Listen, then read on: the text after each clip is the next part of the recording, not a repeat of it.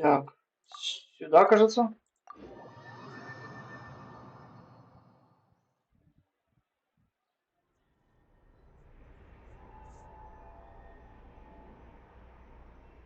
Так.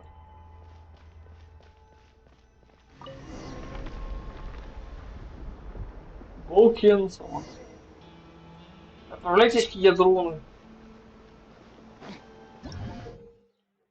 Состояние сверхгравитации. Игровое обучение. При сверхгравитации двигаться куда труднее. Постарайтесь преодолеть ее воздействие. Фига! 急に体がすごく重くなったぞ。もう飛べない。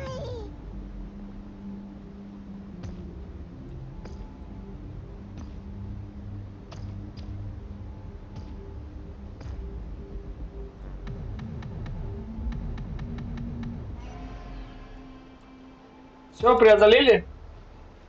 起 Супергравитацию. き上がったぞ。 Опа! おいら Прямо сейчас まずい тошнит. ぞ。 Что происходит вообще? Так Колумбина там дурью мается? Устал ходить, да, Владос. Бедолага. またか。 Опять.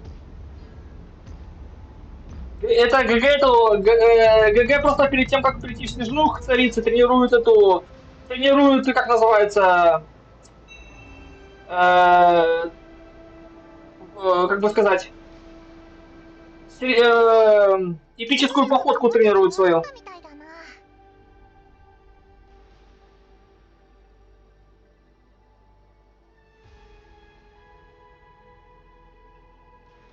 Колумбина. Ну, может быть. Эпичную походку, да, Владос. Ой, гравитация вернулась в норму.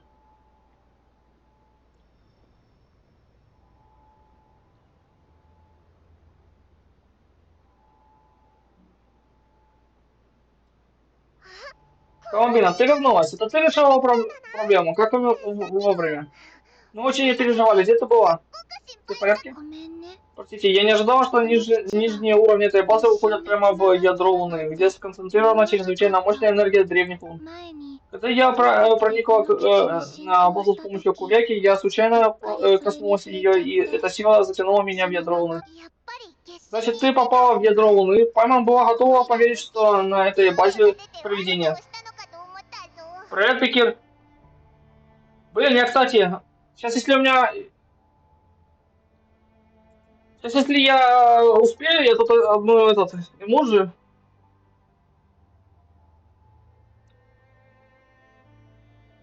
Где это было? Это надо скачать. Теперь драйвер. Загрузить.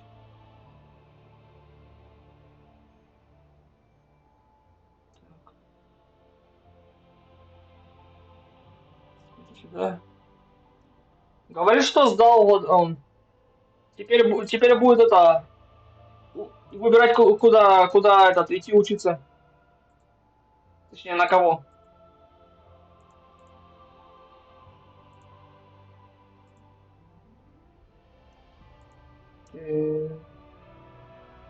Иди в задницу.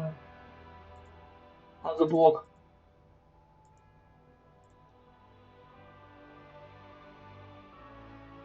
Так, а где? А, это кажется. Так, теперь. Где-то было, где-то было. Это.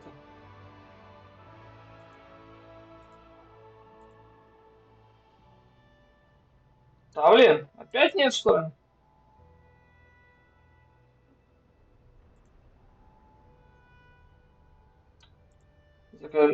Задавал. Значит, ты попал в ядро... Так. とにかく Пойман, рада, что с тобой все в порядке. Мы обнаружили новые зацепки по проекту Созерцателя Луны. 計画の Это... 新しい手がかりを見つけたんだ。実は Ну да. パイモン Профессия это важно.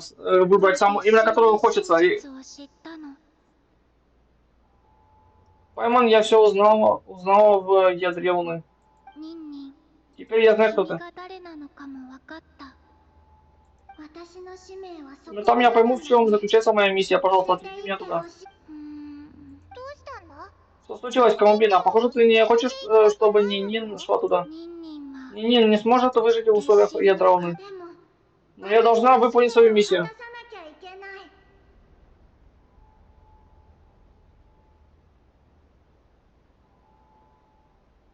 君の使命 Да, но твоя миссия не そこ там. にはないよ。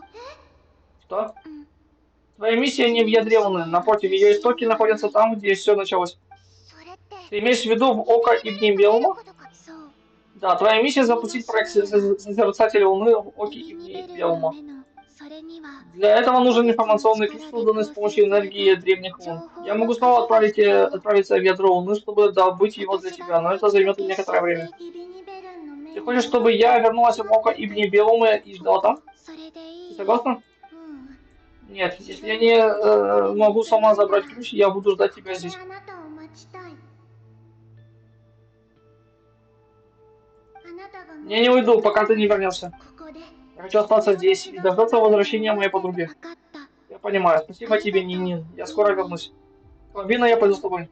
うん。 Хорошо.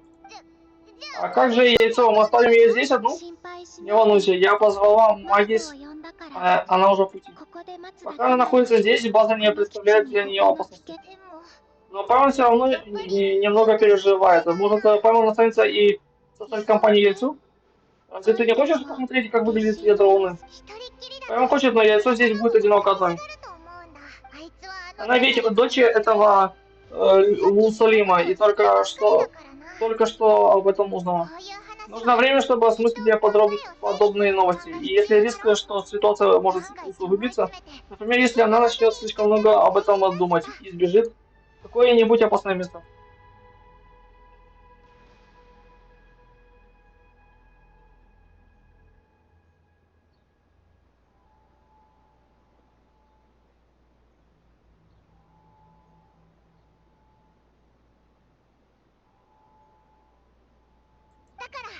Так что Пайман лучше останется здесь и будет ждать Магис. お前たちが Возвращайтесь поскорее и расскажите Пайману, что вы там あ увидели. りがとうパイモン。 Спасибо, Пайман, я проявлю к тебе чуть больше уважения.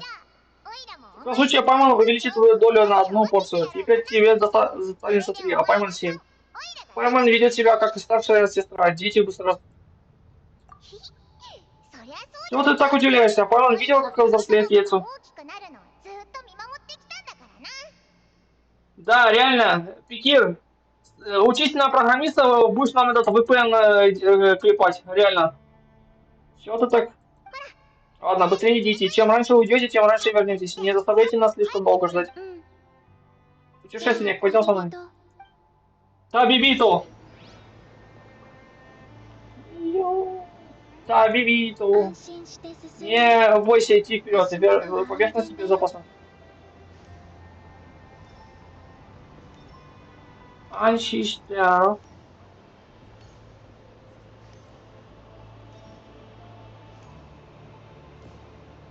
ゴールは下。 Нам нужно вниз, не бойся, мы попадем туда 私が вместе. ついてるから。 Куда туда они там попадать собрались? Кузнечик Кирены. Чего? Какой нахрен Кирены? Не надо мне тут никакая Кирена. Алло. Не хочу я Кирену никакую. Фига приземлился. Фига ядро. Кстати, Владос, ты проходил квест на Луне? 降りてきたね。 Мы спустились. Это ядро Луны? ううん。 Нет, ядро Луны впереди. Раз ты со мной, придется воспользоваться обычным 今 способом, 回 чтобы は туда 君 попасть. が一緒だから。 Короче, я тебе кинул небольшой спойлер. На Луне разрабатывали по сути, разработали все технологии, которые сейчас в Тайвате действуют. Это Ирминсул, неизвестно, вот это небо, ну, это ложное небо, которое скрывает Тайват, ну и всякие остальные мелочи.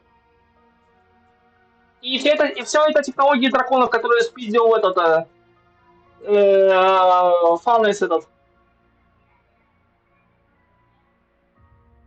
ここは А это творение того темного владыки 暗黒 драконов. の王の彼は Он превратил Луну в ужасное оружие, а здесь находится пусковая шахта. そして Ядро Луны источник силы, по сути, стало артиллерийской ракетой, направленной на активацию. В итоге древний правитель потерпел поражение от рук небесного порядка. Это место больше не представляет угрозы. Пойдем дальше.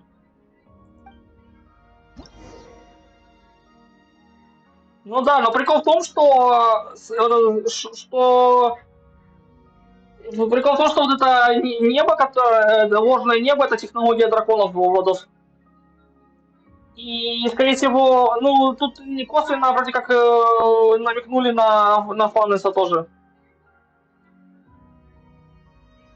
Пусковой шахта — космическое оружие гравитации, направленное не к Земле, а к внутренним стенам кольцеобразной пусковой установки. Любопытно, что выносливость в этой области расходуется куда медленнее. Че? 私たち Мы идем по стене пусковой шахты. Ты, наверное, заметил, что гравитация здесь немного 気 странная. づいたかなここの重力ちょっと変だよねいくつかの装置 Какие-то устройства この設備をメンテナンスしてるみたい正しい道を選ば Ну прикольно, Владос. Мне нравится Луна и все эти технологии драконов вообще жесть. И теперь вот после Луны, увидев, что драконы на самом деле могут закрафтить, ну, то, что они настроили и наделали, теперь получается, что Геншин это получается постапокалиптическая фэнтези какая-то. Потому что первой расой, настоящей расой этой ваты, это были драконы. Драконы, по сути, были мега развитой расой. Потом вот началась война погребального пламени, когда Нибелунг вернулся. Это по сути и есть катаклизм, после которого все технологии и драконы начали деградировать, получается.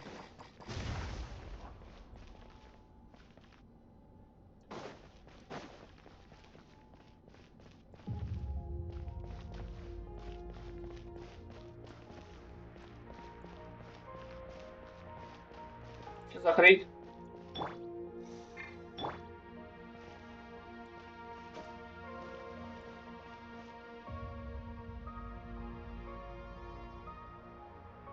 Черное тело это раса, которая с другой планеты, которая пыталась противостоять бездне, но у него ничего не получилось. И чтобы предупредить типа остальных жителей этой ваты, что беда приближается, они отправили сигнал в космос. Этот Унгиен, он исследовал этот сигнал и в конечном итоге решил сам улететь, чтобы найти этот сигнал. Он успешно до него добрался, когда добрался туда, он встретил небесное тело, которое не было даже враждебным, и они вместе слились друг с другом в одно целое. И он уже назад вернулся. И когда он вернулся назад, и это тело, ну, то, во что этот Унгиен превратился, ему удалось передать информацию вот эту. А потом после этого Нибелунг потом вернулся. И получается, какую-то войну тут начал.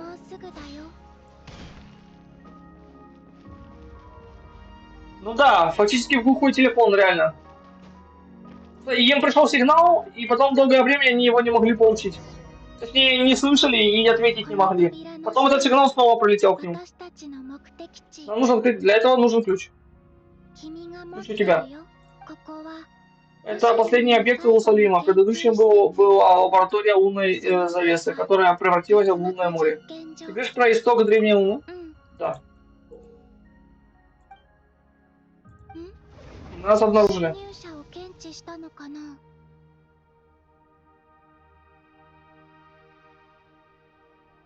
Ну да. Им нас не остановить. Но из-за того, что Унгиен отправился в космос, получается, чтобы встретиться чтобы найти этот сигнал, они все-таки смогли перехватить его. Хранители пламени Себунис или Рабути Лутамати. Ага.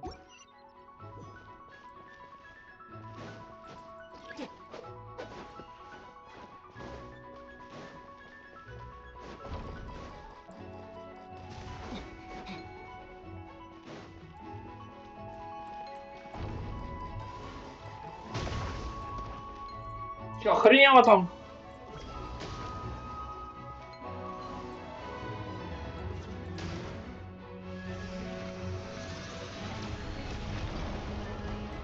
Но тут, конечно, ты спойлернул, но я про это знаю, но я хочу сейчас сам добраться до этого момента и узнать, что они тут, что они расскажут. Я знаю, что там будет впереди по сюжету будет послание этих, 月 послание 収の близнецов. 力を少し借りてるみたいだね。重力があの障壁気をつけて避けてね。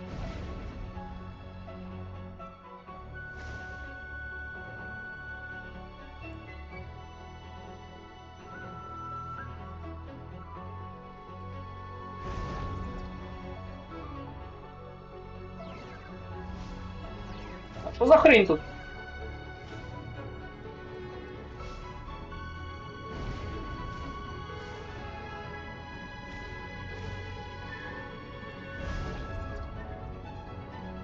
Хранитель пламени.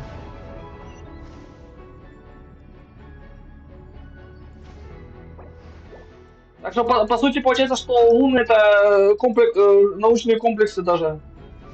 Точнее, не то чтобы даже комплексы, а просто места обитания жизни.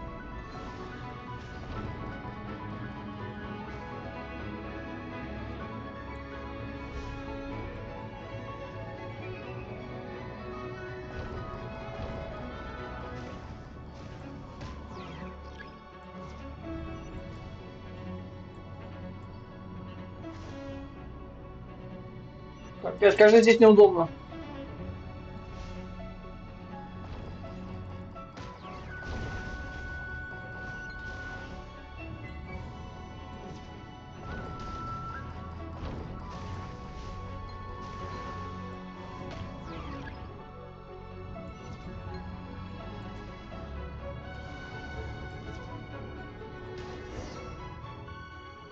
Не, я еще сейчас до конца не дошел, Владос.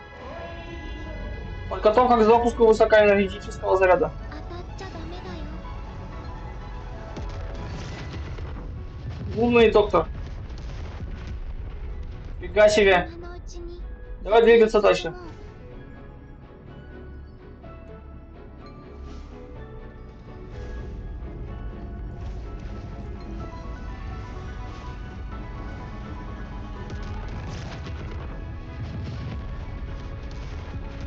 Куда это все жахнет?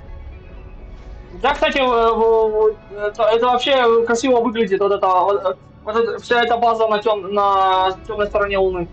Это вообще красотень.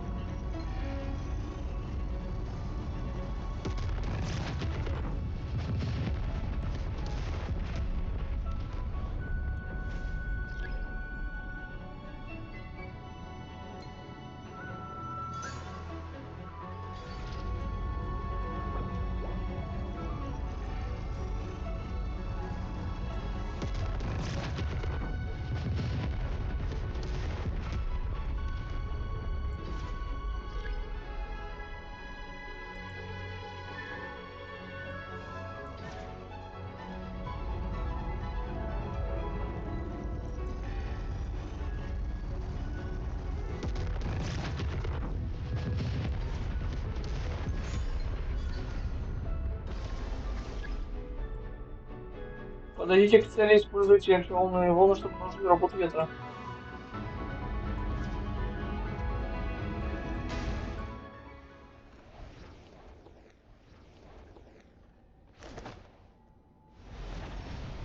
Какой только? 重力のことは Еще проблемы с гравитацией, мне нужно немного времени. 少し時間がかかりそうだけど。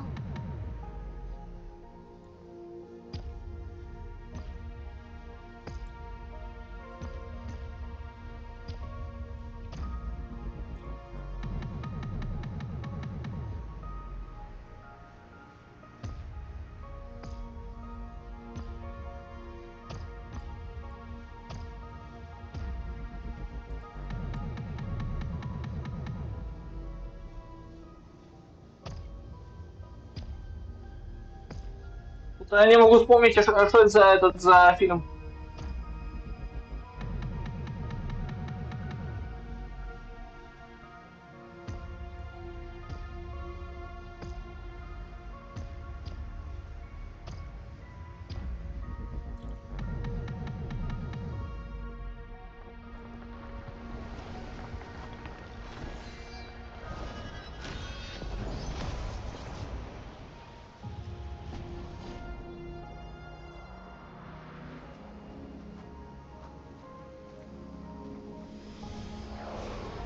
Давай.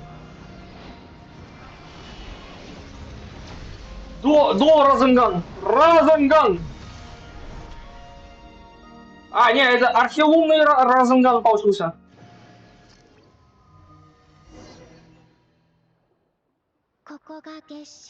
Вот ядро Луны, красивая вода. Наверное, здесь очень высокая концентрация энергии древних лун. Держись поближе. Надо двигаться дальше. Наверняка задашься вопросом, что из себя представляет проект Зеленый. На самом деле, наше путешествие — часть этого проекта. Око Ибни Биома, Круг Унгиена, станция ПАТО космических форм жизни, лаборатория Луны Завесы Усадима. И вот мы здесь, в месте зарождения жизни Луны, в центре ее воли, в ее ядре.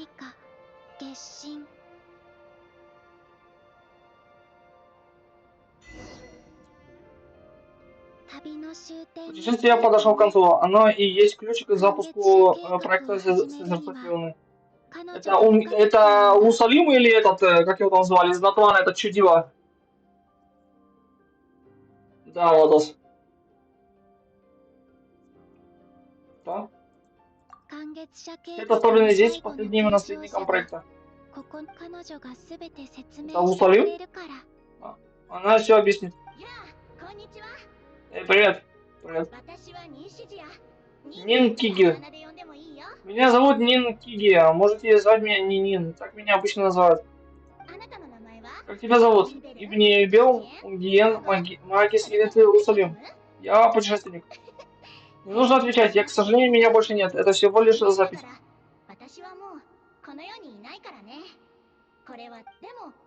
Но если посмотреть на это с другой стороны, то нет повода для печали. Ты здесь, а это значит, что план удался. Ты унаследовал нашу миссию.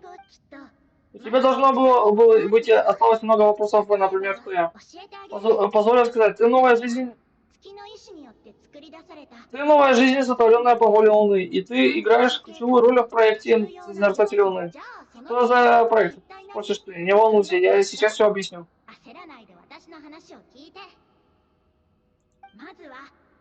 Прежде всего, благодарите богини трех лун, которые простили нам наши проступки и позволили заимствовать силу созидания из самого истока Луны.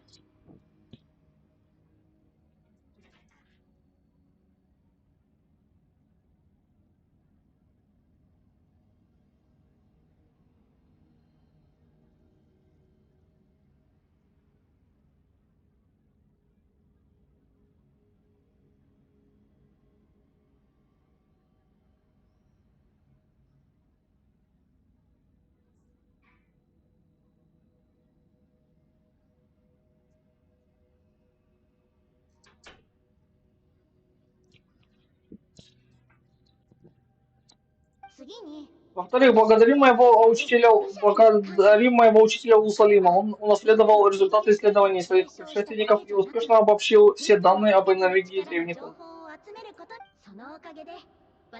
Благодаря этому мне удалось собрать данные в этом море в ядре Луны. И когда изначальная сила созидания была активирована, бум, так родилась прекрасная черная кухинки, то есть ты. Возможно, ты унаследуешь имя кого-нибудь из предшественников в этом море информации, а может быть и нет. Но, скорее всего, ты помнишь, что у тебя есть миссия. Так вот, как родилась это. Далее следует поблагодарить госпожу Магис, которая раскрыла природу нашего космического гостя. Формы жизни, основанные на данных. Ее исследования послужили основой, благодаря которой ты появилась на свет. あなたの誕生の礎になったんだよ。 В смысле, не кажется абсурдом. Какой сон, Владос? Мы на Луне находимся, какой это сон. それから И еще Унгиена, который принес в жертву себя, чтобы передать последнее послание, отправленное цивилизацией нашего гостя в космос. そして Затем первого созерцателя Луны, Ибни Белума, который привел нас на Луну, открыл нам глаза и без устали вглядывался в сияющее звездное небо. 最後 И, に наконец, дорогой преемник, благодаря тебе, ибо тебе суждено принести себя в жертву, чтобы запустить заключительный этап нашего проекта. あなたの使 Твоя миссия продолжайте передавать в космос послания, которые мы когда-то получили. 一筋の Один луч света очень слаб, его легко поглощает тьма, но если до того, как он исчезнет, появится другой луч, そうすればいつ тогда однажды обязательно пробьется луч света, который станет рассветом, пронзающим ночную тьму. ここまで Думаю, ты понимаешь, что я хочу сказать. Мое время почти истекло, но ничего страшного. Скоро я присоединюсь к で ним. もそう考え Если подумать, вполне возможно, あなたが受け что 継 ты ぐのは унаследуешь мое имя. だったりして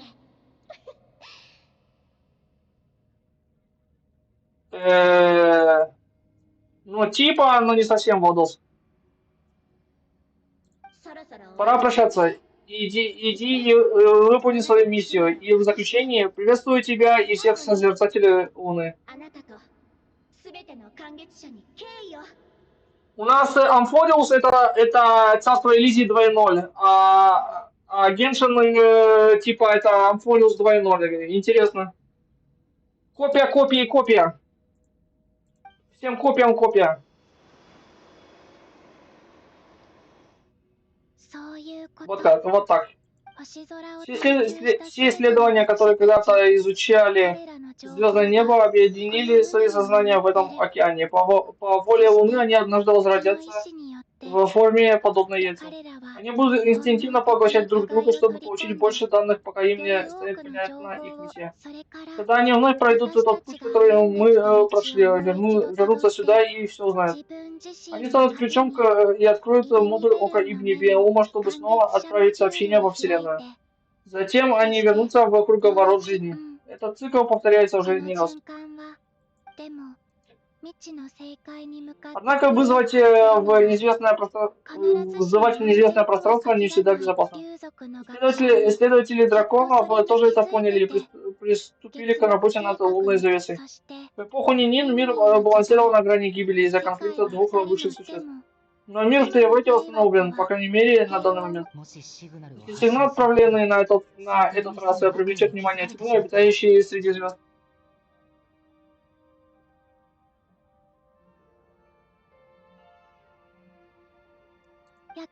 Я выполню обещание и отдам ключ и сообщение Нинин. Как думаешь, нам следует помешать ей выполнить миссию или лучше поддержать ее? Нужно время все обдумать.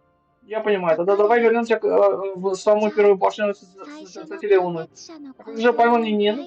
Не волнуйся, Магис их заберет. あそこまで Путь не близкий, у нас будет достаточно времени, чтобы все ゆ обдумать. っくり考えてみて Хорошо, Пикир, зайду. そろそろここを Пошли, пора 出よう уходить. か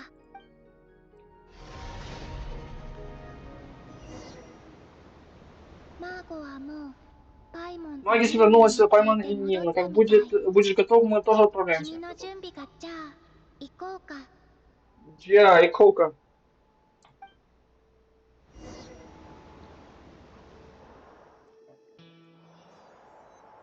Питер Пен, блин. Ну, вот эта вот местная звезда смерти, она просто великолепно выглядит.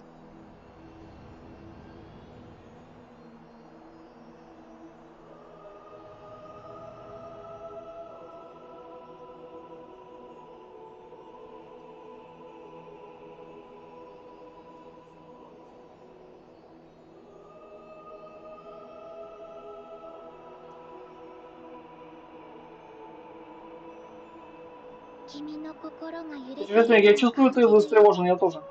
私も同じ Аташимо Нади. Так что лучше провести обратный 静 путь か в に過 тишине. ごそう月を見て Смотри на Луну, на Тейвата, 見て а потом подними взгляд на звездное небо. Ты найдешь ответы, я уверена. きっと答えが見つかるから Сейчас сделаем рум-тур.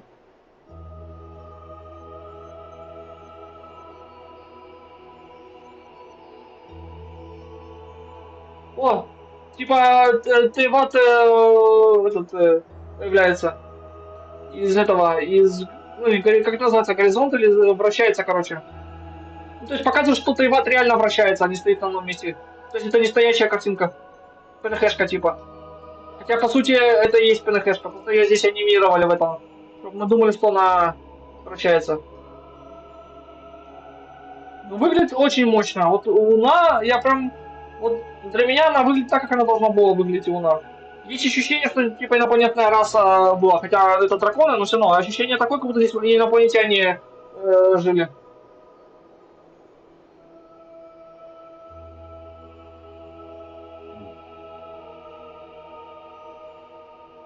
Ну да, согласен. Я тоже смешно жду. Я с выхода Иназумы, кажется, если я не ошибаюсь. Да, с выхода Иназумы я вообще в Ченике ничего не делал. Око Ибни Белма. Вокруг Луны за 80 дней. Это понятно. На что отсылка. Да, Вадос, вот у меня то же самое. У нас прям с тобой совпало. ただいま Мы вернулись. Путешественник Колумбина, ваша экспедиция в ядро Луны завершилась успешно. Мы многое узнали. Вот, узнал о происхождении яйца и о проекте созерцателя Луны. うん Да, и ключ для открытия модуля созерцателя Луны тоже здесь. ニンニン Не, я передаю его 君 тебе. にそれの情報を Когда считаешь информацию отсюда, ты узнаешь, в чем заключается твоя миссия. Спасибо, я так долго ждал этого момента. うん コロンビーノ Колумбина, путешественник, почему такие мрачные? お前たちどうしてそんな Что ее миссия связана с непредсказуемыми рисками. リスク Какими рисками? その中の情報を Прочти информацию и все узнаешь. わかる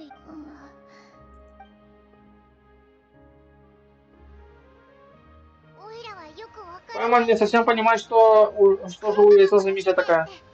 一体何なんだ Придется, Владос. По Луне гулять можно. Это не чисто сюжетная локация, как в этом, как и в Вубе. 正解に Отправляет сообщение в звездное небо. Так вот в чем суть проекта Созерцателя Луны. それじゃ Риск в том, что Тайваты могут обнаружить, серьезно. Сложный выбор. Яйцо, ты в порядке? あそんな Ой, не расстраивайтесь, вы можете договориться, да? お菓子でも食べよう Помнишь про вкусняшки? Мы поделим все пополам. Нет, я не расстраиваюсь. なんてないよ泣いてるじゃないか У тебя же слезы текут. 悲しくない Я не грущу, и слезы не текут. Это из-за тех, кто был до нас. Колумбина, путешественник Пайман, спасибо вам. Вы мои друзья, и я не хочу оставлять друзей в затруднительном положении, поэтому я готова отказаться от миссии. 黒卵大丈夫だよ Все в порядке, Пайман. Я не первый, кто воплощает этот план жизни. Мы, предшественники, давно послали наши голоса к звездам. その Эти голоса, полные отваги, наверняка достигли самых далеких глубин звездного неба. その声がある Пока голос звучал во Вселенной не... Пока голоса звучат, во Вселенной не может воцариться тишина, и этого достаточно. 旅人 Путешественник, ты все は обдумал? まとまった Думаю, стоит в последний раз реализовать проект. Очень жаль, что мы не можем рисковать.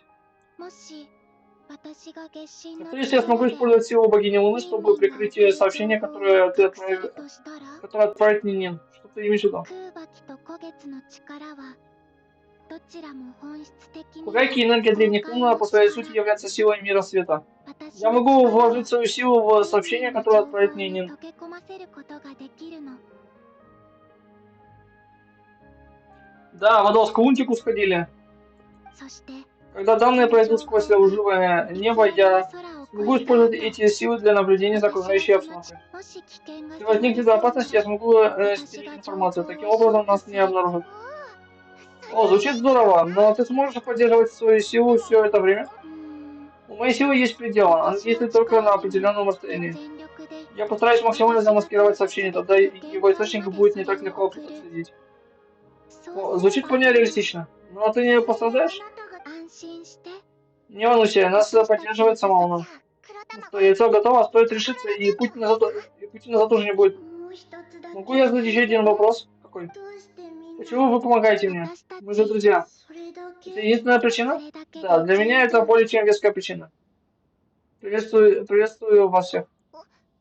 Вам тоже. わかった Я понял, я готова. 私は Я была рождена для этого момента. Хорошо, а теперь пошли свой голос звездам. Лунный свет Тевата сопроводит тебя в путешествии.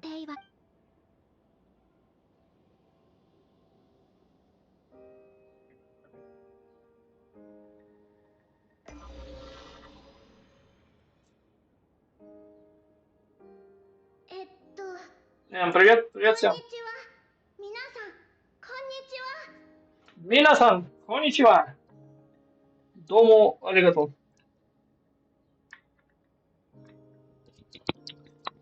Надо купать. Сдохли мои хорошие, которые я пользовался всегда, померли, блин. Я рада отправить это сообщение в таинственный и объятный звездный путь. Я не знаю, дойдет ли это послание до кого-нибудь, но надеюсь, что хотя бы одно сумеет рассеять часть мертвой тишины холодной вселенной. Если вы слышите это сообщение, значит между нами существует особое притяжение, подобное Луне, что связывало нас. Поэтому я хочу, чтобы ваша цивилизация знала, под бескрайним звездным небом вы не одиноки. Наша эпоха подходит к концу, но наша отвага, вера и мудрость вместе с этим крошечным посланием будут эхом разноситься среди звездного моря. Оно ничтожно мало, но это наш свет. Надеюсь, он придаст вам силу. Под звездным небом вы не одни, перед лицом неизвестности и тьмы. Продолжайте посылать свои голоса к звездам, пусть они тоже станут вашим светом.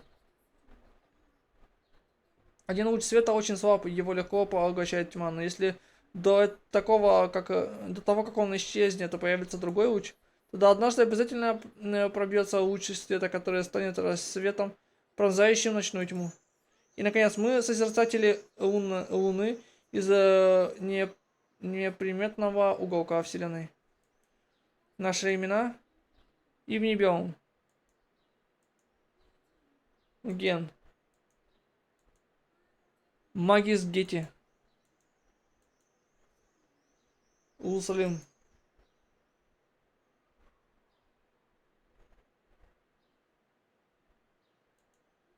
Нинкиге. Всем, кто способен услышать, я приветствуем вас. Друзья, спасибо вам, увидимся вновь под звездным небом. Я выполнил свою миссию. Ее шляпа. Ты в порядке, Колумбина? Свидетели Луны. Богиня Луны никогда использовала свою силу, чтобы наблюдать за путешествием созерцателей Луны. Теперь этот свидетель хранит память и о вашем путешествии. Со мной все в порядке, но сейчас мне нужно сосредоточиться, пока моя сила не достигнет предела. Тогда давай быстрее найдем тихое место. Прощай, яйцо, Пайман тебя никогда не забудет.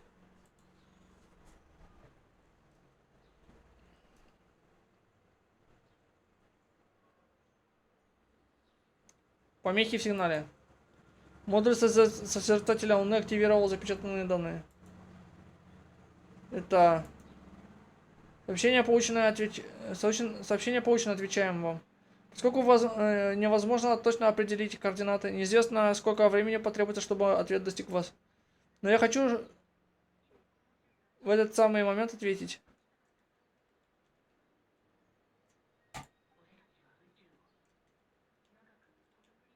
Мы, путешественники, долго странствуем в одиночестве сквозь космос, а ваши голоса, словно костер, внезапно вспыхнули в темном лесу. Это рискованно, но бесстрашно. Вы вдохновляете нас и согреваете наши сердца. Я верю, что в этот момент притяжение звездного моря и судьбы связывают нас с вами. В будущем мы попытаемся найти вашу цивилизацию. планету, но, к сожалению, не сейчас, потому что у нас еще остались некоторые сложности. Помехи сценария. Все в порядке, Итер? Что случилось? Уже иду, Левин.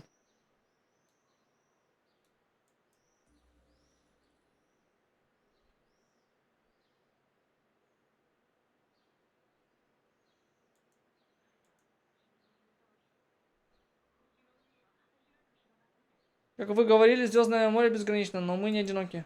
Надеюсь, однажды мы снова встретимся под звездным небом.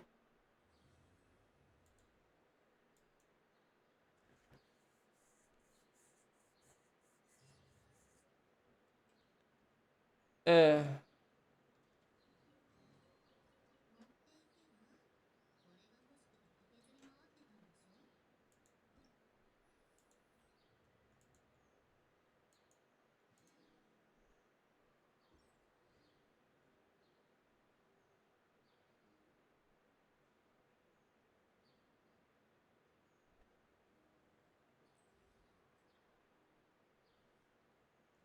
Ну да, Владос.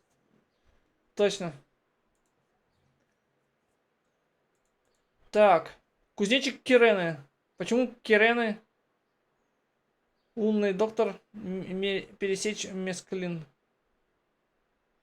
Вокруг Луны на 8 дней. Игра жизни Нинкинг.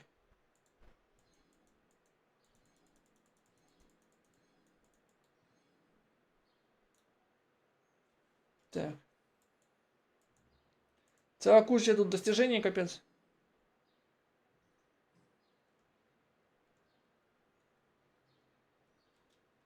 Так, Пекир.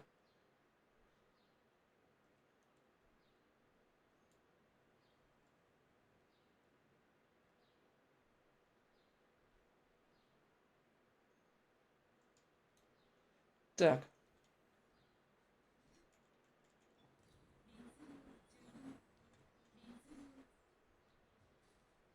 Мейцево.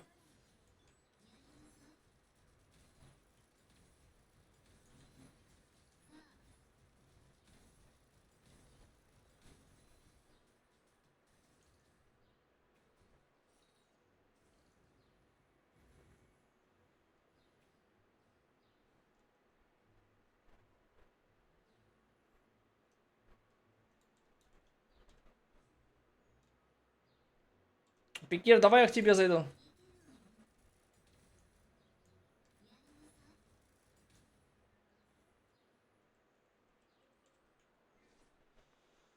Так, где там?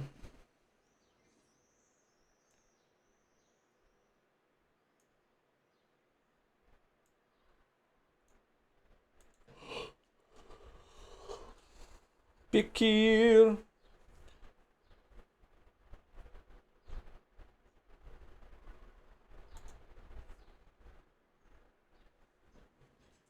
Захожу.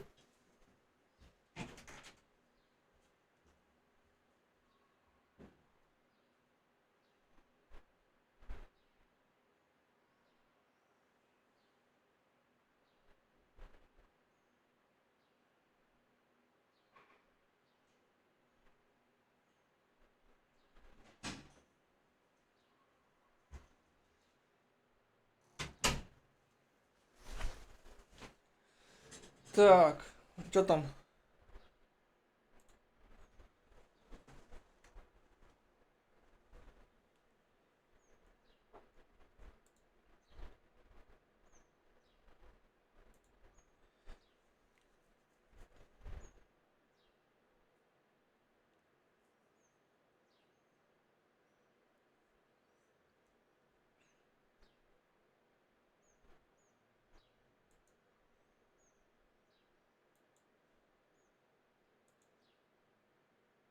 Не знаю, Пекир, меня все равно к тебе не пускает.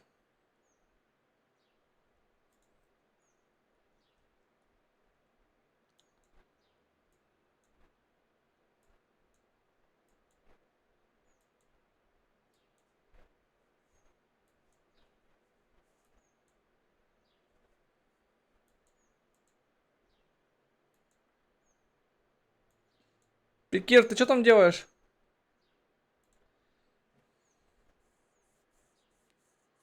Мне говорят, что нельзя зайти в чайник безмятежности. Нельзя зайти в чайник без медиа этого игрока, поскольку...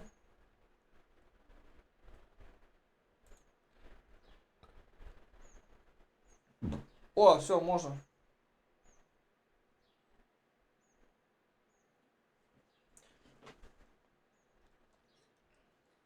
О! Что может быть лучше, чем одна Сандроны? Две Сандроны.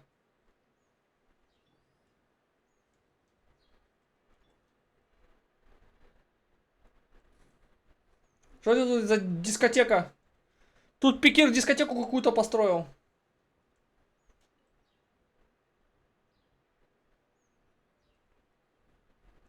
О, этот. Статуя прикольная. Круто.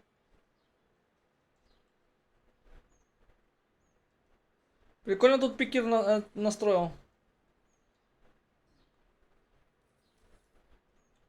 О, карта. Прикольно. Наковальня.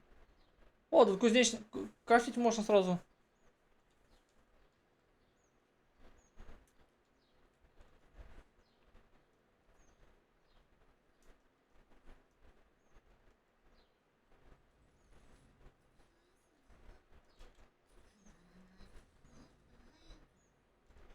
Мото Хаяку.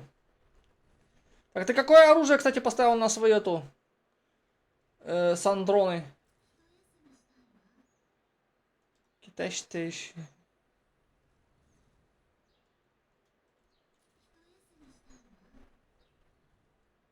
А, ты все еще с трехзвездочным бегаешь?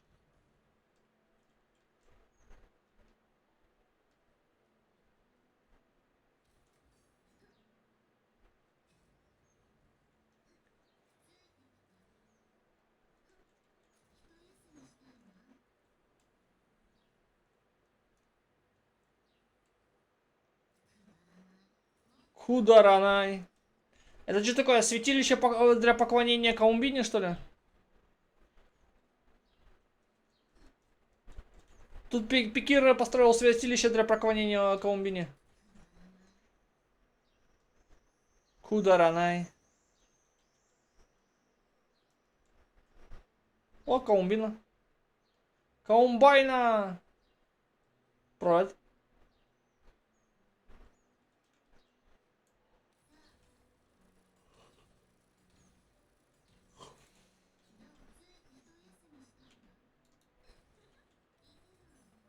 Прикольно ты настроил.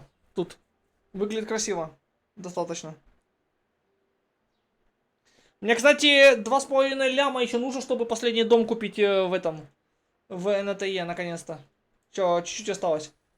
Жалко, что этот грабеж только на следующей неделе обновляется.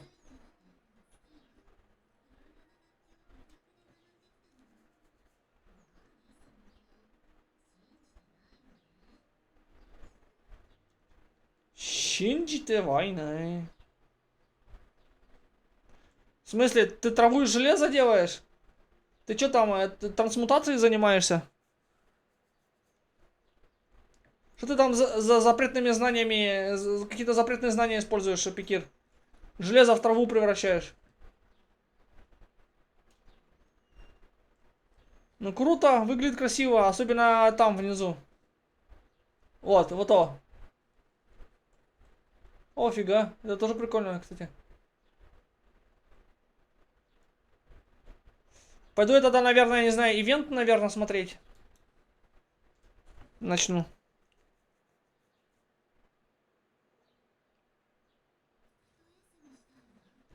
Ой, я мечтаю, а.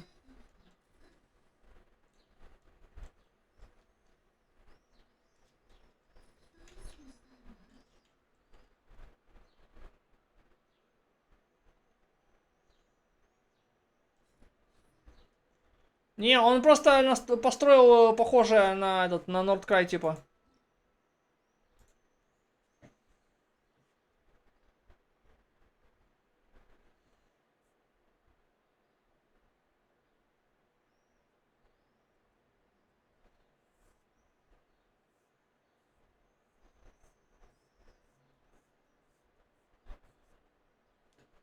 Так.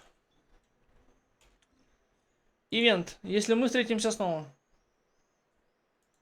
Отслеживать.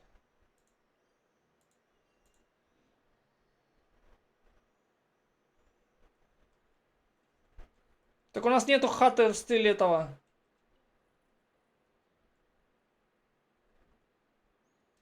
В нужном стиле.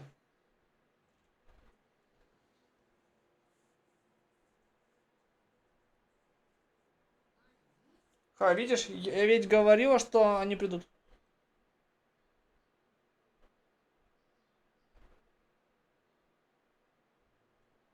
Видишь, я ведь говорила, что они придут. Ксавье и Чиори с Фуриной тоже здесь. Рад встретить вас на фестивале. О, милостивая Гидра Архонт. Это же мой любимый оператор и его ассистент с хлопушкой. Приветствуем его на фестиваль. Вы решили повеселиться на фестивале Фонтаналия?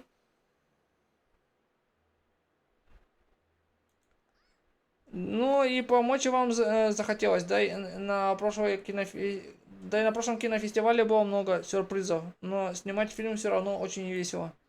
Раз вы все здесь собрались, значит наверняка планируете участвовать в конкурсе? Разумеется, ни одна звезда не пропустит главный праздник индустрии развлечений Фонтейна. Такое бывает только раз в году. Для меня неделя моды в Фонтейне куда важнее, однако кинофестиваль приносит множество заказов и помогает повысить узнаваемость бренда. Так что я тоже буду участвовать. В этом году на фестивале будет несколько новых наград. Лучший режиссер, лучший дизайнер костюмов, да и еще лучший оператор. От номинантов почти ничего не требуется, только уметь обращаться с камерой. О, значит, у нас есть работа. Так расскажите нам поскорее, что в этом году собираетесь снимать. Кинокомпания... Что собирается снять компания Мушкетеры? Ну, Что случилось, скажи, почему у тебя такое лицо? О, неужели тебя снова обманул какой-нибудь подозрительный инвестор?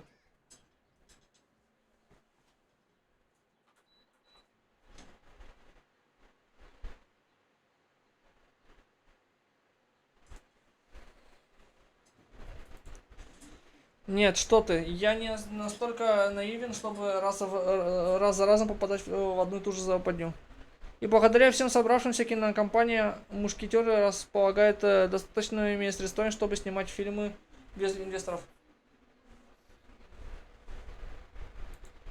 Но некоторые проблемы никуда не исчезли. Что ты имеешь в виду? На самом деле, изначально мы хотели повторить прошлые успехи и снять коммерческий фильм по мотивам популярного романа. Сегодня утром мы проводили кастинг на роль главной героини, и вот к нам на площадку случайно забрела одна эффективная мадемуазель. Ее эфемерная аура, меланхоличный взгляд. Друзья мои, как жаль, что вас там не было. Я не в силах подобрать слова, чтобы передать мое потрясение. Ничего себе. Когда ты увидишь ее своими глазами, то все поймешь. Где бы она ни стояла, все вокруг, даже сам воздух, превращается в прекрасный кадр из фильма. То есть ты нашел подходящую актрису на главную роль? Нет, совсем наоборот. Мой сценарий ее недостоин. Да ладно тебе. Клянусь, но все равно я не удержался и подошел к ней, чтобы расспросить, откуда она родом и что привело ее в Фонтейн. Что она сказала?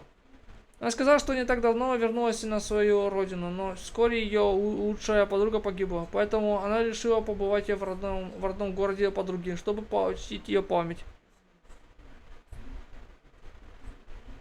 Да, Вадос. Там просто есть определенные условия, чтобы попасть в главную роль, Вадос.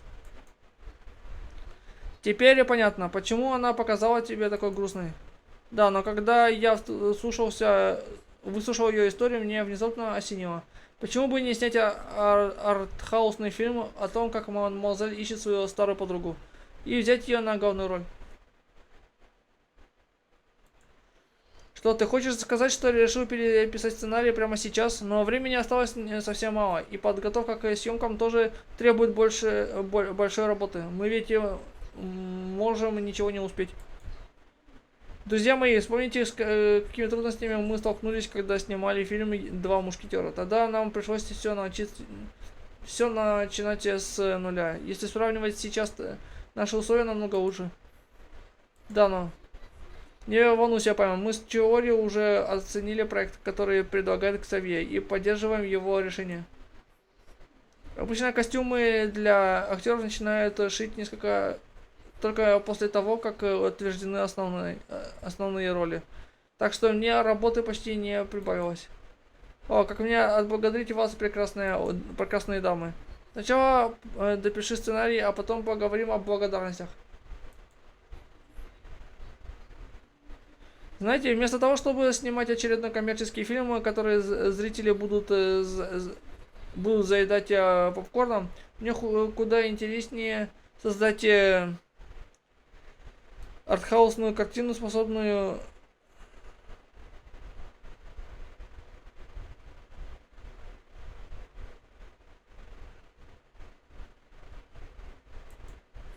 полностью согласна. Законодателем моды становится тот, кто не боится смелых и нестандартных решений.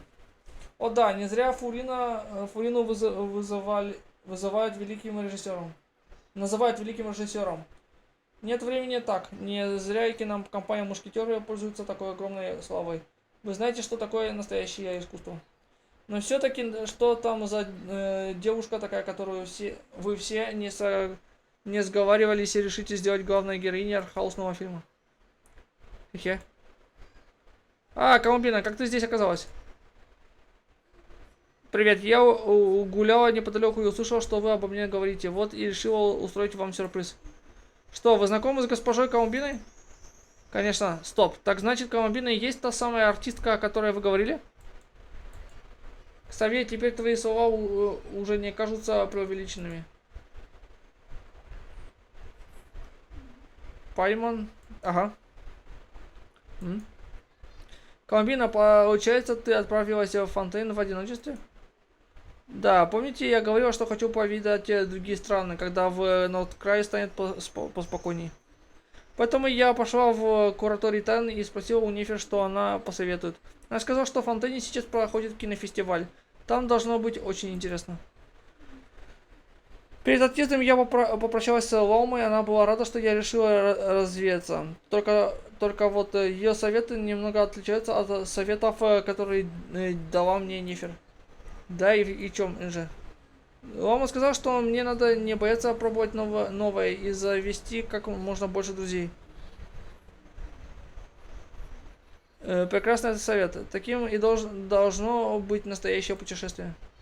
А что посоветовала Нефер? Ну...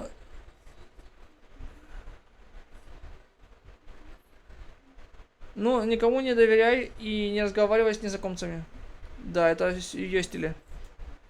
Я ее понимаю, но это значит, что она искренне заботится о тебе, госпожа Колумбина. Да, поэтому я решил объединить их советы. Сначала сделать незнакомцев со своими друзьями, а потом уже с ними разговаривать. Вроде разумно, но что-то тут не так. Привет, Чиори. О, вы тоже здесь. Рада встретить вас на фестивале Фонтаналии. А вот и наша суперзвезда. Можно попросить у тебя автограф?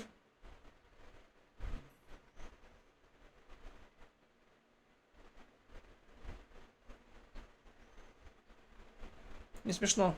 Что? Все, сделала?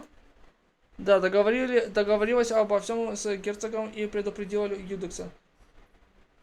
На время фестиваля заключенные, у которых не было проблем с поведением, смогут подышать свежим воздухом. Разумеется, при условии, что за ними будет присматривать особый патруль. Рейзли, рада видеть на фестивале. Значит, Вероника и ее брат тоже будут здесь? Только на время. У заключенных тоже должен быть какой-то праздник. Да и побыть немного на солнце еще никому не мешало. Полагаю, это ваша подруга. Кажется, вы обсуждали путешествие. Давай мы вас представим. Шеврёс, Ризли. Это Колумбина. Мы познакомились в Нордкрае. Здравствуй, госпожа Колумбина. Добро пожаловать в Фонтейн. Наверное, к вашей погоде трудно привыкнуть.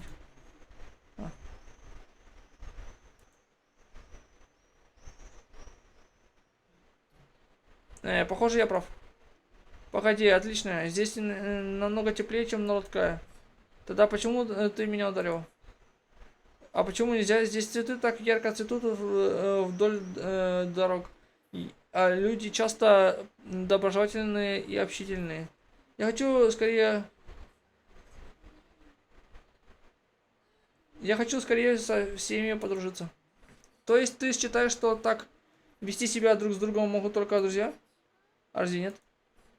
Да, верно, но все равно логика у тебя немного хромает. Ничего, интересно, у вас подруга. Интересно, у вас подруга. Она редко бывает на людях. Колбина, то есть ты серьезно собиралась угощать своими колотушками каждого встречного в фонтане? Не каждого встречного, только тех, с кем хочу подружиться. Но это не очень правильно. Так можно делать только когда уже подружилась с человеком. Ладно, я запомню. Какая интересная особа.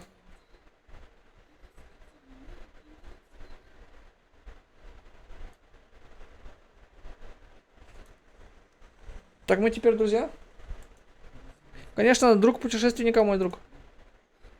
Ха.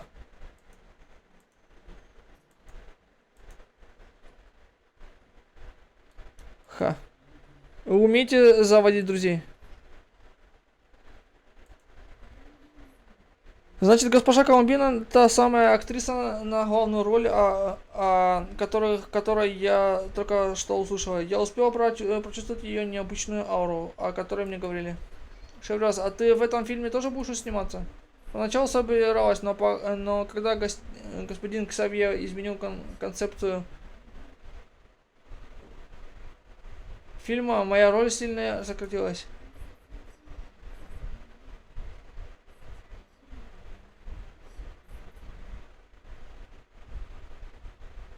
И к лучшему, другая съемочная группа недавно обратилась ко мне за консультацией. Надо поработать с актерами, которые будут стрелять из мушкетов. Ого, наш капитан прямо на расход. Я всегда помогаю, когда меня об этом просят. И если вам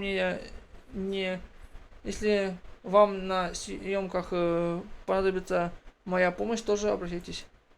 Кстати, о помощи. Госпожа Шеврёш, ты не подскажешь, если в окрестностях Фонтейна живописные места, которые пока не заняты другими съемочными группами? На самом деле все уже занято. В этом году на фестивале много участников, так что придираться... Так что придется...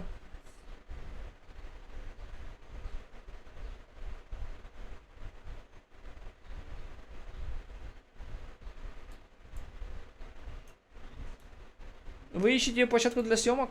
Да, наша съемочная группа в последние моменты решила сменить направление работы. Забронированные павильоны теперь не особо подходят, а все живописные места на открытом воздухе уже заняты. Знаете, а я могу порекомендовать вам одно хорошее место для съемок, красивое и атмосферное. К тому же, оно пока не занято другими съемочными группами. Здорово, расскажи скорее, что это за место. Вот так и взял и рассказал.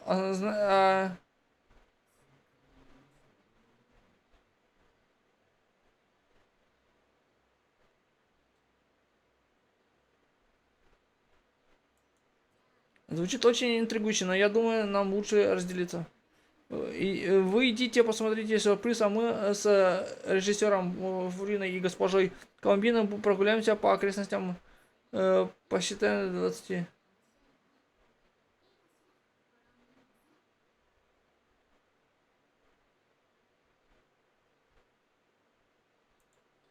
Хорошо. Конечно.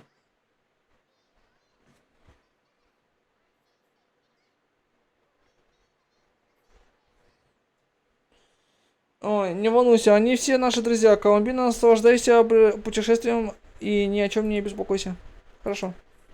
Тогда мы с путешественником сходим посмотреть на площадку, о которой говорит господин Ризли. Возможно, там я найду вдохновление, чтобы закончить сцену. С нами Ризли, так что моя охрана не понадобится. Может, еще увидимся на какой-нибудь съемочной площадке. Ну что, Ризли, где находится эта твоя площадка? Все так загадочно, показывай дорогу. С чего ты взял, что нам понадобится дорога? Что?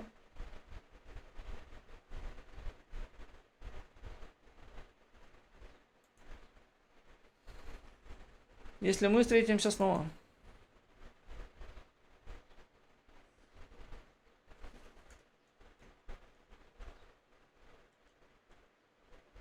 Вингалет.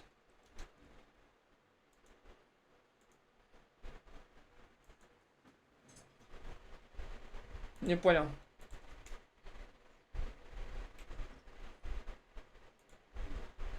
Ну? Вингалетище.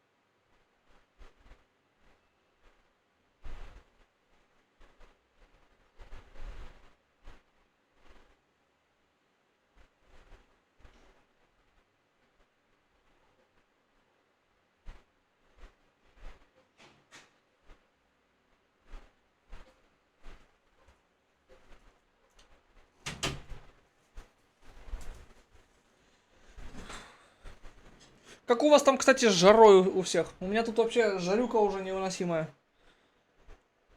Ого, не может быть, ты что, поднял вингалет на поверхность? Неплохой фон до съемок, что думаете? Дело не в этом, он ведь должен быть под водой, в крепости Меропит. Да, и обслуживать такой огромный корабль дело непростое. Паймон, ты можешь представить, сколько людей нужно каждый день, чтобы поддерживать его в рабочем состоянии? У меня тоже, у меня дни, когда 42-43, иногда когда 30-38, где-то так. Ну, то есть в пределах 40. Но Пайман никогда об этом не думал. Пайман считает, что он стоит себе спокойно на месте, пока не понадобится. Если бы все было так просто. На деле его содержание обходится недешево, так что, разумеется, сдавать его в аренду во время фестиваля Фонтанале, чтобы немного пополнить наш бюджет. К тому же за кораблем обычно ухаживают заключенные крепости Меропит. Им очень полезно видеть, что результаты их труда приносят пользу. Ого, да ты все продумал.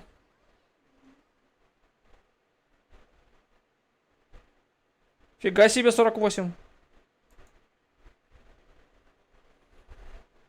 Что скажешь, Ксавье? Подходящая площадка для съемок? Придумал, уважаемые дамы и господа, я придумал. Кажется, подходящая. Говорят, труднее всего сделать первый шаг. Я долго ломал голову над тем, с чего начать этот фильм, но теперь наконец-то придумал. Приятно это слышать. Спасибо, что привел нас сюда, Ризли.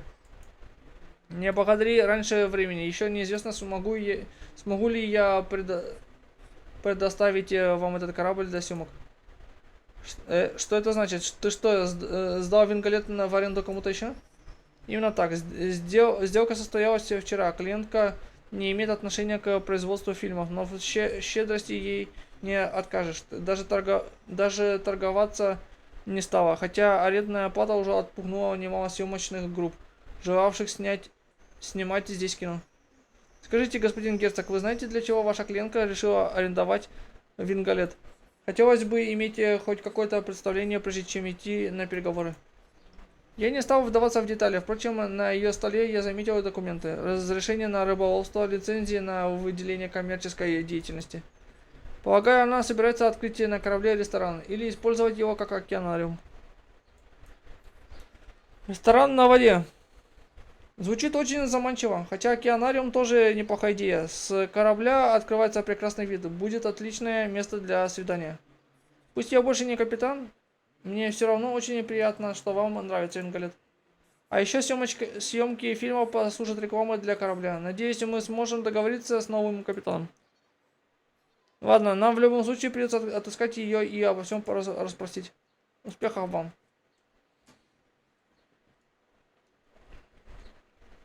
Винголет.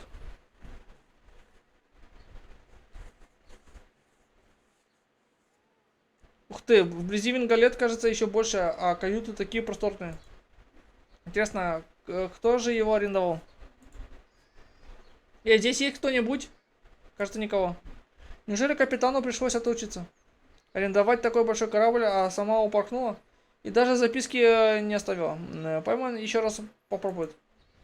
Есть кто-нибудь? Кто-нибудь? Кто там в такой час? Наконец-то я нашла место, где могу спокойно поспать. Но мне и тут не дают покоя.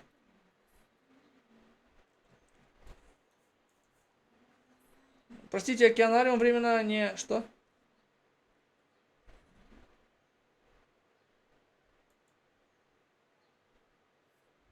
Ситовали? Кири, Павел, вы подождите.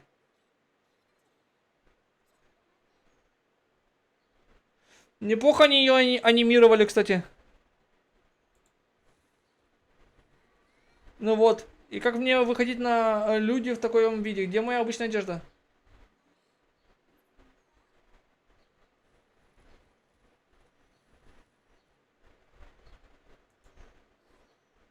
В стирке. Кажется, и вчера я немного перебрала и упала в фонтан. Нет, невозможно. Неужели мне придется идти к ним в этом? Наверное, мы не вовремя. Ситвали. Ни слова. Что? Ни слова о моем наряде. Никаких комментариев вообще, понятно?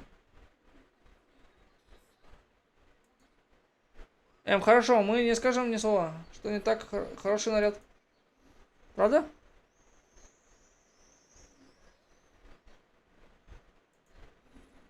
Стоп, я ведь сказала ни единого слова. Я ей не говорил ничего. Ты что? Значит, это был ее внутренний голос. Ох, и как я могла забыть? Как неловко. Я слишком обрадовалась, что он меня похвалил. Стоп, чтение мыслей работает в обе стороны. Значит, путешественник сейчас слышит мои мысли. Я ничего не слышу. Слышал, совершенно точно. Ну, ситуация у нас все так же этот Цундарка. Ни о чем, ничего особенного, хватит об этом. Так что вас сюда привело? И кто это? Здравствуйте, меня зовут Ксавье, я из Фонтейна, по специальности режиссер.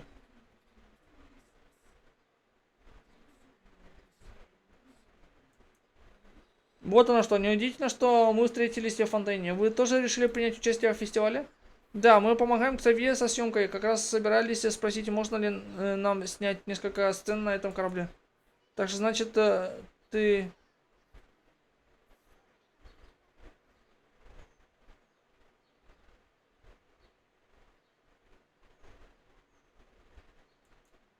Что? Я арендовала корабль. Если бы у меня было столько денег и свободного времени...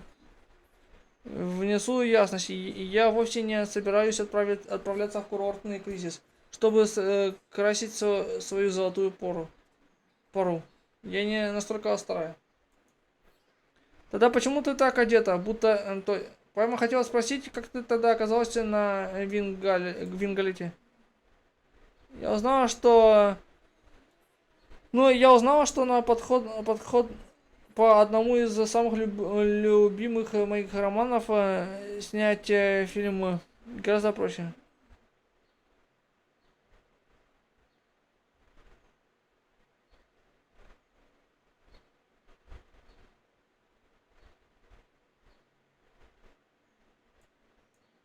Сначала я забронировал номер неподалеку от оперного театра Эпиклес, но, видимо, со возвращением становится более придирчивой к основному сюжету.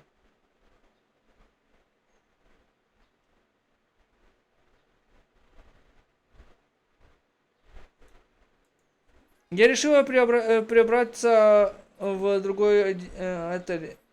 перебраться в другой отель, но оказалось, что из-за фестиваля ни в одном отеле не открывается свободная дверь.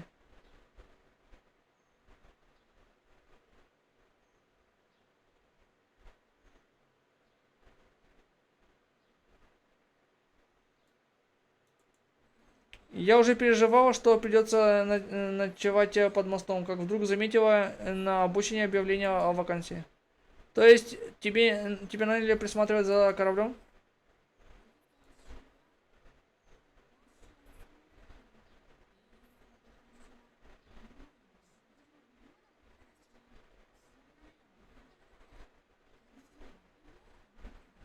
Нет, меня наняли стоять на ресепшене, хотя зарплата и невысокая, но на время кинофестиваля сотруднику предоставляют жилье, питание и напитки. Работа несложная, вот я и решила попробовать.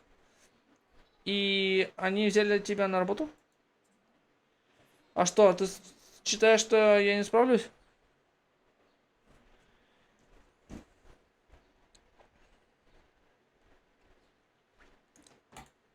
От меня требуется говорить. Извините, океанариум пока не работает. А что делать в остальные времена, не решать мне.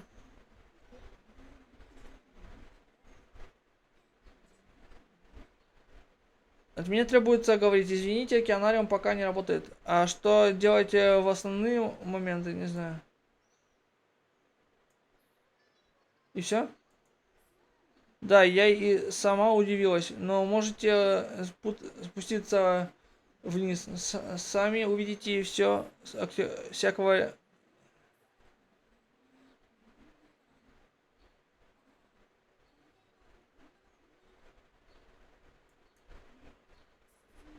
От капитана не было указания. Можете приступать к работе?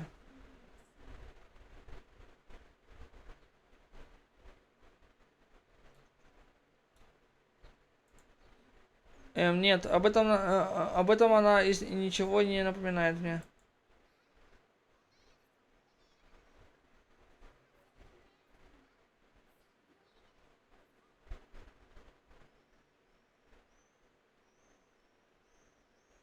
Так она здесь. А что она за человек? Надо бы понимать. Она, да, ничего такого. Это вполне адекватная даже.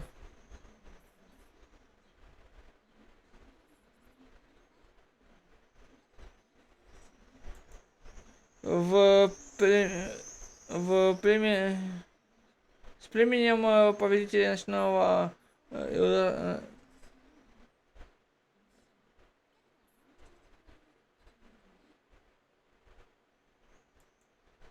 ого, у тебя отличный босс. Но она попросила, чтобы я лишний раз ее не отвлекала. Наверное, работает над каким-то очень важным проектом, поскольку я тут.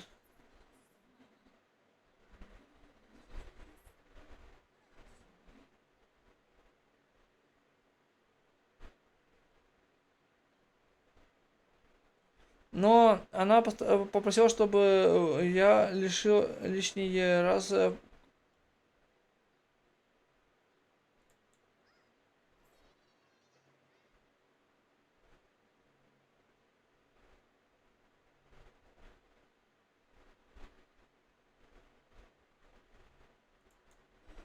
Так, каюта капитана находится вот здесь.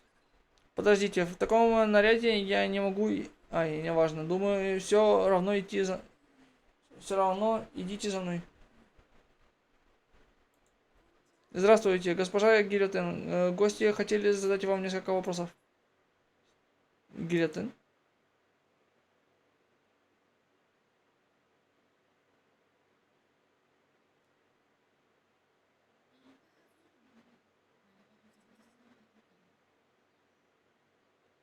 Я же просила меня не отвлекать. Скажите им, что океанариум еще не.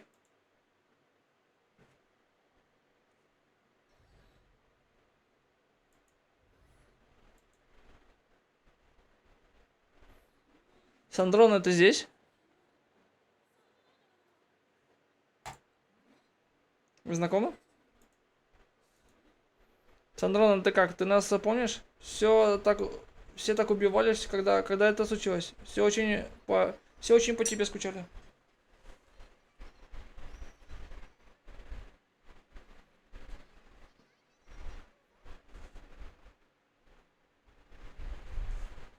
Сандрона.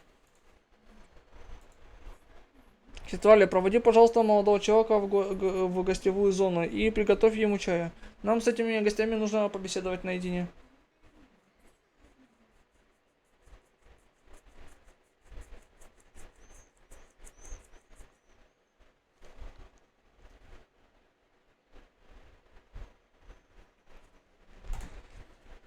Хорошо, сюда, господин Ксави.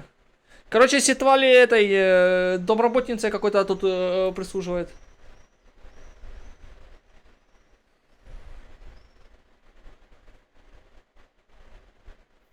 Сандрона? Где бы я ни оказалась, вы тут как тут. Ты в порядке? Все время, во время битвы твое ядро, ну... Было разрушено проклятым Дотора, да. Но, как вы видите, теперь все в порядке. Ничего серьезного. По крайней мере, я надеюсь. Как здорово. Но, по-моему, ты не дала нам знать, что жива. Почему не стала возвращаться? Вообще-то я давно хотел тебе сказать. Что? Спасибо, что спасла меня. Не обольщайся. Я спасла тебя только для того, чтобы мы довели дело до конца и победили Доторы. Хотя ему даже с того света удалось нам покостить. Неважно, ты всех нас спасла. Ладно, брось, не я одна. Мой блестящий ум всего лишь сыграл некоторую роль в общем плане. Хотя я не отрицаю, что это была ключевая роль. Точно, ты невероятно крутая. Но как ты вообще... Как и груды безжизненных обломков, я стала такой, как сейчас. Пайман хотела бы подобрать слова помягче, но да, смысл такой. С чего бы начать?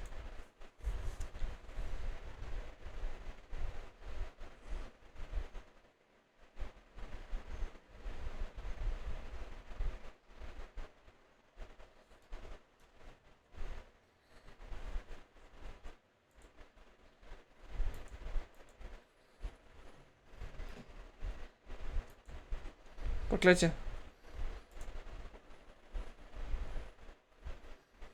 Где?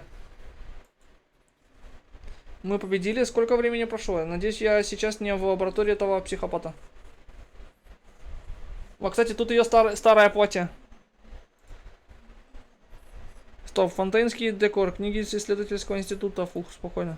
Запустите программу самодиагностики. Оценить масштаб повреждения, прекратить подачу питания на второстепенные компоненты с необратимым повреждением. С учетом этого перезапустить модуль движения.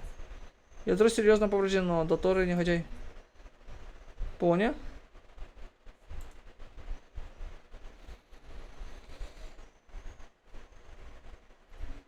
Понял, очнись, активируйся. Хотя вообще технически можно предположить, что Поони это брат Сандроны.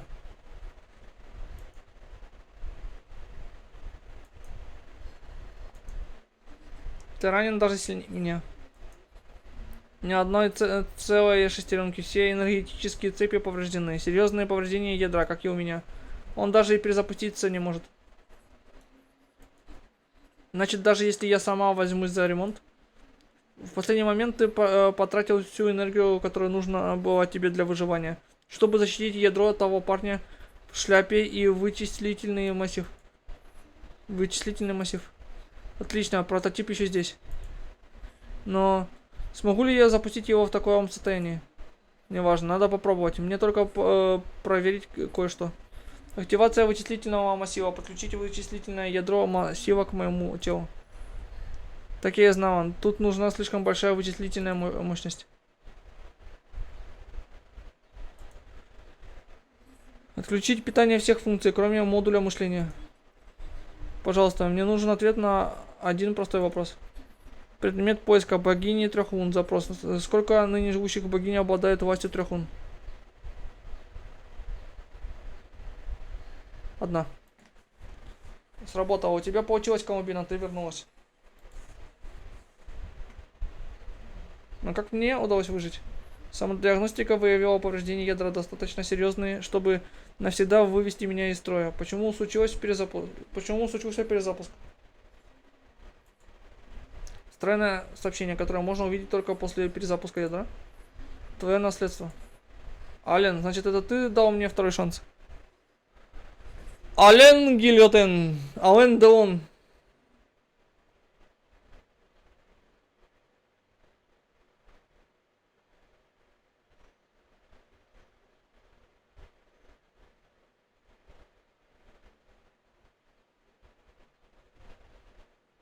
Ох уж этот Ален Делон. Но почему наследство сработало только сейчас? Что его активировало? Мне это же... Глаз Бога? Нет, это Звездный Клин. А, так она про Звездный Клин знает?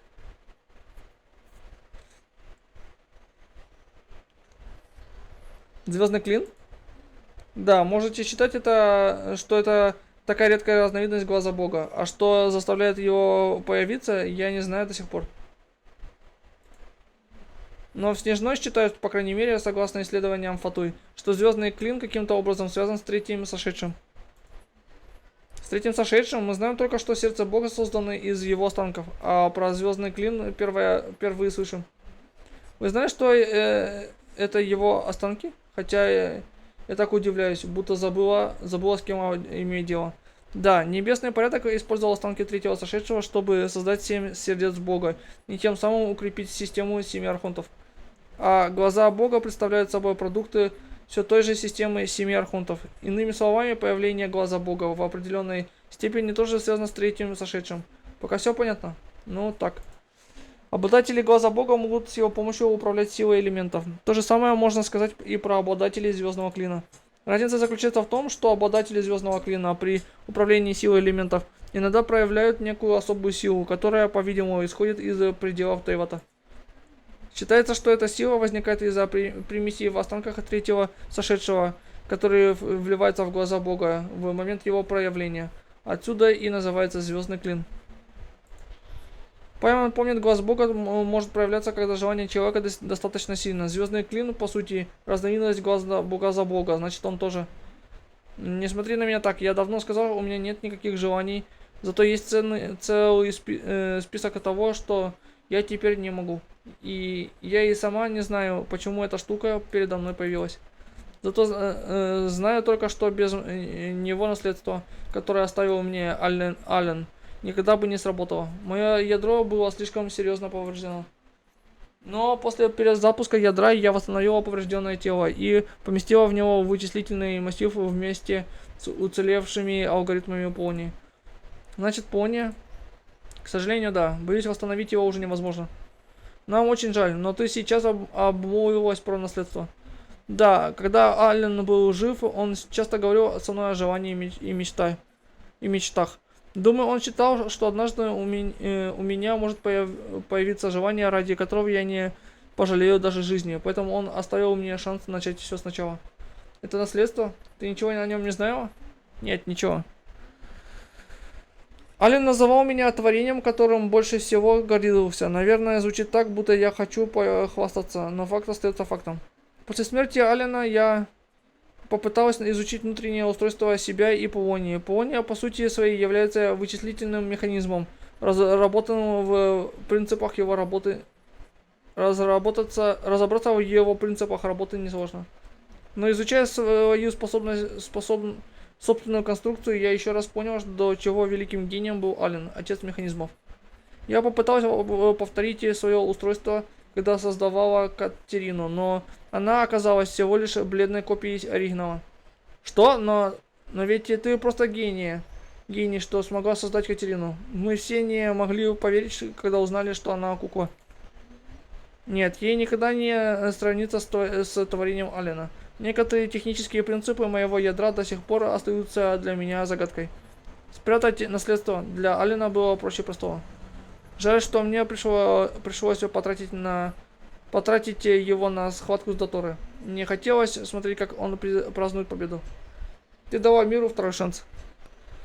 Хай, если следовать твоей логике, мир очень серьезно мне задолжал. Слушай, но Пэмон все равно не понимает, как и почему ты здесь оказалась. Ризли сказал, что ты арендовал этот корабль, да еще получила какое-то разрешение на рыболовство. Все дело в том, что я пытаюсь вернуться в свой прежний дом, туда, где мы жили с Аленом до его смерти. Наследство состояло не только из-за второго шанса. В сообщении было сказано, что Ален оставил мне кое-какие вещи, которые должны храниться в нашем прежнем доме. Может быть, они помогут мне устранить некоторые ошибки в перезапущенном ядре и понять, почему я получила звездный клин. Ну так, возвращайся домой, причем тут разрешение на рыболовство. И это спаситель Фонтейна. Неужели вы забыли, что последние несколько сотен лет уровень воды в Фонтейне постоянно повышался? Мой прежний дом давным-давно затоплен. И правда. Из-за повышения уровня воды изменился и ландшафт. Чтобы вернуться домой, сначала мне нужно понять, где находится дом, а потом расчистить наносы и препятствия.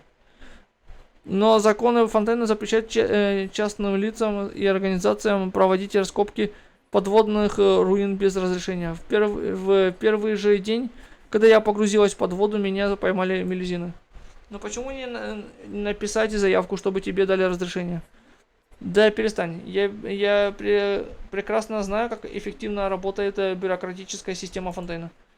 Да и потом, я ведь предвестница Фатуи. Одних только дипломатических вопросов будет столько, что головная боль с сотрудником палаты Жардинаж во дворце Мермония обеспечена.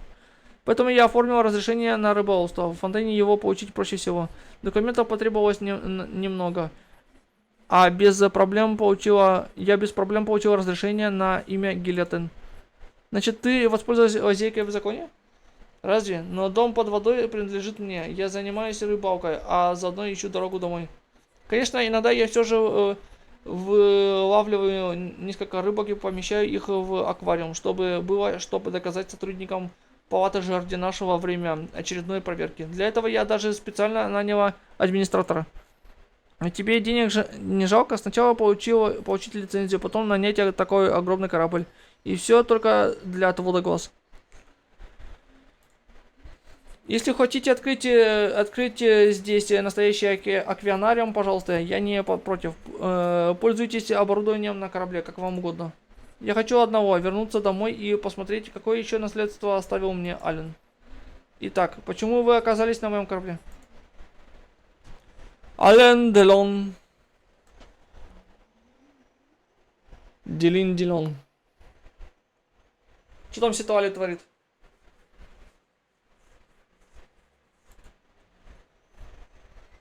Ну и ну. О чем они так долго разговаривают? О, Цундеры в разнос пошла. Когда они друг друга увидели, возникли воздух едва не заискрился. Я уже проявила достаточно такта, оставив их наедине. В повелителях ночного ветра обычно я всех выставляю за дверь. Но все же так любопытно, о чем они там беседуют. Может послушать немного с помощью магии? Нет, Ситуали, ты великая шаманка, бабушка Ицли. Разве тебе пристало подслушивать? Ах, я сейчас топну от злости. Где уважение к старшим? Заставляйте бабушку так долго ждать у двери. Как-то они выходят. Надеюсь, все прошло хорошо. Почему так долго? Так в двух словах и не расскажешь. Как я понял, вы знакомы с госпожой Гильотен? Да, но не переживай. Мы все обсудили. Сандрона разрешила нам снимать здесь фильм. Ну, только когда ее не будет. Когда ее не будет? Точно. Простите, если я показалась негостеприимной. Я не хотела ни с кем встречаться. Как я уже говорила, мое ядро серьезно повреждено. Даже с запущенным наследством то и дело появляются ошибки, которые влияют на стабильность системы. Я пока не уверена, смогу ли вообще стабильно функционировать, поэтому хочу для начала разобраться с этими ошибками, решить свои проблемы, а уже потом встретиться с людьми. В общем, Ксавье, тебе нужно заранее сообщить Сандроне, когда ты планируешь снимать, чтобы она освободила корабль. Не не хочется причинять госпоже Гильотен такие неудобства. Нет, все нормально. Только к Савье у нее есть одна просьба. Сохранить все в секрете. Пока, по некоторым причинам она не хочет, чтобы кто-то знал, что она здесь. Хорошо, конечно. Кстати, Ситуалия. Она хочет с тобой поговорить. Ты про госпожу Гильотен? Она хочет что-то сказать мне. Ах, неужели дело в моей пижаме? Что, номер 7 из предвестником Фатуй? Зачем ты мне об этом рассказала? Я расспросила о тебе, путешественника, и решила, что не должна раскрывать от тебя правду. И учитывая твое положение, я прекрасно пойму, если ты откажешься работать на предвестницу Фатуй. Но не беспокойся, каюта на корабле все равно останется за тобой. Ты подруга путешественника, само собой я о тебе позабочусь. С ней приятно иметь дело. Все в порядке, я человек без предрассудков. Капитан тоже был одним из Фатуи, а он оказал Натуану большую услугу. Мы знаем, что среди Фатуи есть очень хорошие люди. Да и потом, я достаточно долго живу и понимаю правила игры. Это не Натуан. Я не жду к себе особого отношения. Кроме того, принимать посетителей не такая уже тяжелая работа. Спасибо тебе, великая шаманка Ситуали. Называй меня Ситуали, иначе я чувствую себя древней старухой. Хорошо, Ситуали. Возможно, в ближайшее время мы вместе с путешественником будем часто погружаться под воду. Нам надо кое-что разыскать. На это время ты будешь на корабле за старшую. У Ситуали челюсть отвалилась вообще. Вместе погружаться под воду часто? Не, там они будут погружаться, но не совсем под воду. Они будут, они типа дайвингом будут заниматься. Точнее, там будет ГГ погружаться в сандроны, наверное. Часто, но не слишком. Мы скоро отправимся, но если что-то понадобится, я буду на связи. Одна ты нырять не можешь? Я хотела, но путешественник беспокоился за мое здоровье, поэтому он предложил составить мне компанию. То есть душевное здоровье бабушки никого не волнует? Что? Спуститесь под воду вместе с Сандроной.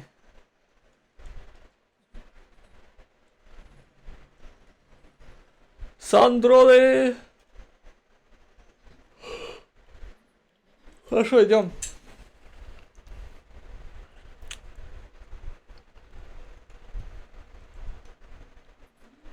Как же много изменилось. Если задуматься, я и правда давно не возвращалась в Фонтейн. Осмотрите вокруг, вдруг удастся найти что-нибудь интересное. Ах да, не забудьте наловить рыбы на обратном пути.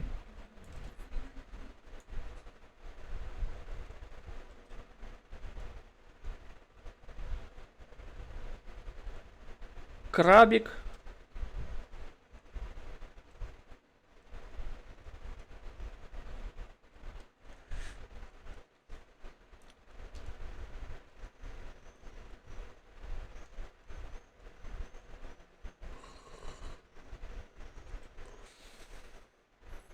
Деревня Пуассон где-то неподалеку. Как я соскучилась, когда я жила в Фонтейне, все, что нас окружало, было еще сушей.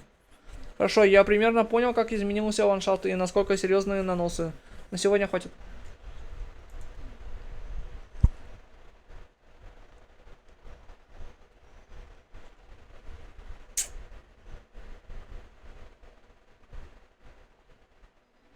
Расследование прошло быстрее, чем я думал. Спасибо вам.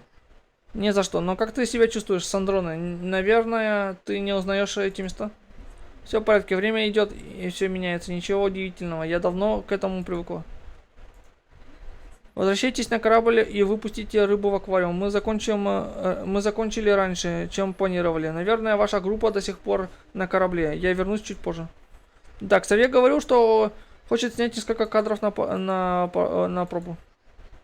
С тобой точно все будет в порядке? Да, я хочу прогуляться и немного в одиночестве. Хорошо, хочешь, мы дадим тебе знать, когда съемка закончится? Не надо, Коломбина воспринимает мир с помощью кувяки. И в Нордкрае, где кувяки повсюду, ее чувствительность необычно высока.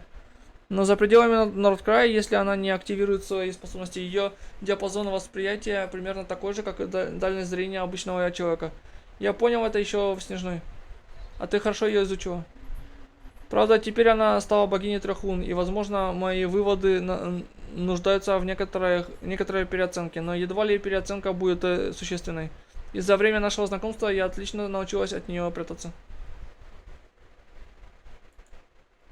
В общем, ступайте и не беспокойтесь обо мне. Ладно, как знаешь. Если что, мы будем на корабле.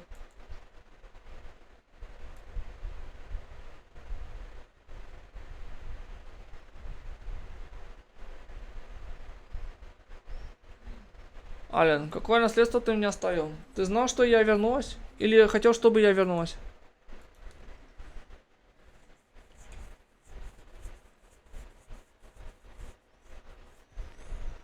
Ленделон. Делинделон. Дебют.